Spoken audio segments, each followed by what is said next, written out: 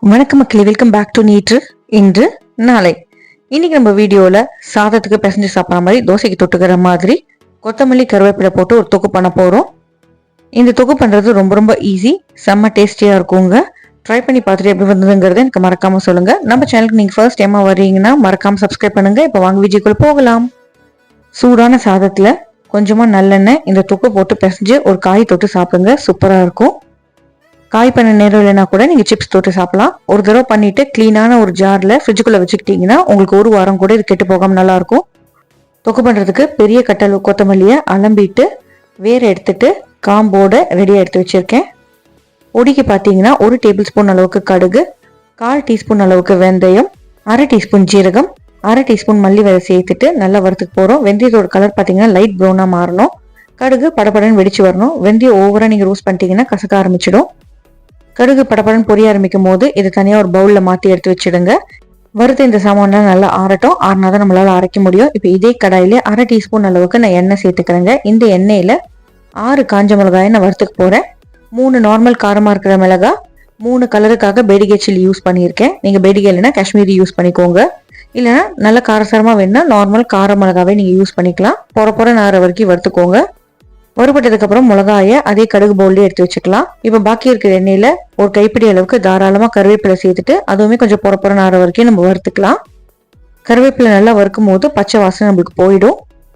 கருவேப்பிலை வறுபட்டதுக்கு அப்புறமா பெரிய கட்டு கொத்தமல்லி ஆஞ்சி வச்சோம் இல்லையா, அதையுமே இந்த கடாயில சேர்த்துட்டு அப்படியே லைட்டாக சுருண்டு வர வரைக்கும் நம்ம வறுத்துக்கலாம். இது ஹார்ட்லி உங்களுக்கு 1 நிமிஷம் தான் எடுக்கும். சேர்த்த கொத்தமல்லி நல்லா சுருங்கினதுக்கு அப்புறமா இதையுமே அந்த கடுகு வெந்தயம்லாம் வறுத்தோம் இல்லையா, அது கூடயே வச்சு அரைச்சிக்கலாம். எல்லாமே ஆறுனதுக்கு அப்புறமா அப்படியே ஒரு மிக்சி ஜாருக்கு மாற்றிக்கோங்க. இதோட கலர் கொஞ்சம் க்ரீனாக இருக்கணுங்கிறதுக்காக நான் ஐஸ் கியூப் சேர்த்து அரைச்சிக்கிறேன். வறுத்த கடுகு, வெந்தயம், ஜீரகம், கொத்தமல்லி விதைகள், காஞ்ச மிளகாய், கருவேப்பிலை, கொத்தமல்லி எல்லாம் சேர்த்ததுக்கு அப்புறமா ஒரு சின்ன நெல்லிக்காய் அளவுக்கு புளியை நான் தண்ணியில் ஊற வச்சுருக்கேங்க. அந்த புளியை இதோட சேர்த்துட்டு தேவையான அளவுக்கு உப்பு சேர்த்து பெருங்காயம் சேர்த்துட்டு நம்ம அரைச்சிக்கலாம். இதில் நான் கொஞ்சமாக பொடி பெருங்காயம் சேர்த்துக்கிறேன். அதுக்கப்புறமா நம்ம தொக்கு கலரும் போது கட்டி பெருங்காயம் சேர்த்தோன்னா நல்லா வாசனையாக இருக்கும். ஐஸ் கியூப் சேர்த்து அரைச்சதுனால நம்மளுக்கு கொஞ்சம் க்ரீன் கலர் அப்படியே ரீட்டைன் ஆகிருக்குங்க. இதெல்லாம் அரைச்சதுக்கு அப்புறமா நம்ம கடாயில் போட்டு வறுத்துக்கணும். கடாயில் வறுக்கிறதுக்கு முன்னாடி நம்ம பூண்டு, சின்ன வெங்காயமும் சேர்த்து வறுக்க போகிறோங்க. அதுக்கு ஒரு முழு பல்ல பூண்டை நல்லா தோலை உரிச்சிட்டு இடித்து வச்சுக்கோங்க. கூடவே சின்ன வெங்காயம் ஒரு கைப்பிடியிலேருந்து 2 கைப்பிடி அளவுக்கு நீங்கள் தோலை உரிச்சு கட் பண்ணி எடுத்து வச்சுக்கோங்க. 2 டேபிள் ஸ்பூன் எண்ணெய் சேர்த்துட்டு எண்ணெய் நல்லா சூடானதுக்கப்புறம் கடுகு சேர்த்துட்டு கடுகு வெடிச்சதுக்கு அப்புறமா இதிலே பெருங்காயம், இடிச்சு வச்ச பூண்டை சேர்த்து வறுத்துக்கலாம். பூண்டு கொஞ்சம் கலர் மாறணும். 2 காஞ்ச மிளகாயை உடச்சி சேர்த்துக்கிறேங்க. பூண்டு கூடவே எண்ணெயிலேயே நம்ம மஞ்சப்பொடி சேர்த்துட்டோம்னா அதோட பச்சை வாசனையுமே போயிடும். பூண்டு நல்லா வறுபட்டு கலர் மாறினதுக்கு அப்புறமா சின்ன வெங்காயம் சேர்த்துக்கலாம். 15லேருந்து 20 சின்ன வெங்காயத்தை தோலை உரிச்சிட்டு ஸ்லைஸ் பண்ணிட்டு நான் சேர்த்துக்கிறேன். உங்களுக்கு பூண்டு வெங்காயம் வேண்டாம்னா நீங்கள் ஸ்கிப் பண்ணிக்கலாம், பட் சேர்க்கும் போது ஃப்ளேவர் நல்லாயிருக்கும். இப்போ இந்த எண்ணெயிலேயே வெங்காயமும் நல்லா பொன்னிறமாக மாறுற வரைக்கும் வதங்கணுங்க. நல்லெண்ணெய் யூஸ் பண்ணால் நல்லா டேஸ்டியாக இருக்குங்க. நல்லெண்ணெய் இல்லைன்னா நீங்கள் கடலெண்ணெய் யூஸ் பண்ணிக்கோங்க. வெங்காயம் நல்லா வதங்கட்டும். வெங்காயம் சீக்கிரம் வதங்கிறதுக்கு கொஞ்சமாக வெங்காயத்துக்கு ஏற்ற மாதிரி நம்ம உப்பு சேர்த்துக்கலாம். ஏற்கனவே நம்ம அரைக்கும் போதே கொஞ்சம் உப்பு சேர்த்துருக்கோம். ஸோ இதில் நான் கொஞ்சமாக உப்பு சேர்த்துக்கிறேன். இப்படியே நீங்கள் சொட்டை பண்ணிகிட்டே இருந்தீங்கன்னா வெங்காயம் சூப்பராக கலர் மாதிரி குக் ஆகிடும். அதுக்கப்புறமா நீங்கள் அரைச்சி வச்சிருக்கிற அந்த பேஸ்ட்டை சேர்த்துட்டு கலந்து விட்டுட்டு ஒன்றா சேர்ந்து கொதிக்க விடுங்க.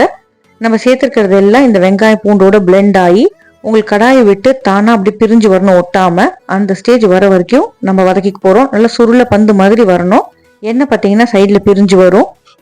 நீங்கள் எவ்வளோ வதக்குறீங்களோ அதோட ஷெல்ஃப் லைஃப் உங்களுக்கு ஜாஸ்தி ஆகிட்டே போகும். இப்போ இதுலேயே 1 டீஸ்பூன் அளவுக்கு சாம்பார் பொடி, 1 டீஸ்பூன் அளவுக்கு வெல்லம் டேஸ்ட் பேலன்ஸ்க்காக சேர்த்துருக்கேங்க. நல்லா கலந்து விட்டுட்டு பச்சை நல்லெண்ணெய் கொஞ்சமாக சேர்த்துக்கலாம். கடாயில் கீழே அடிப்பிடிக்காமல் இருக்கணும்னா அப்பப்போ கலந்து விட்டுட்டே இருங்க. ஏன்னா இந்த ஸ்டேஜில் பார்த்தீங்கன்னா உங்களுக்கு அப்படியே ஒரு பிக்கல் மாதிரி உருண்டு திரண்டு வருங்க. அவ்வளோதாங்க. அடுப்பை ஆஃப் பண்ணிவிட்டு சூடான சாதத்தில் நல்லெண்ணெய் இல்லைன்னா நெய் சேர்த்துட்டு இந்த தொக்கு சேர்த்து பிசைஞ்சு சாப்பிடுங்க. சாதம் மட்டும் இல்லைங்க, தோசைக்கு ரொம்ப நல்லாயிருக்கும். ட்ரை பண்ணி பார்த்துட்டு எப்படி வந்ததுங்கிறத எனக்கு மறக்காமல் கமெண்ட்ஸை சொல்லுங்கள்.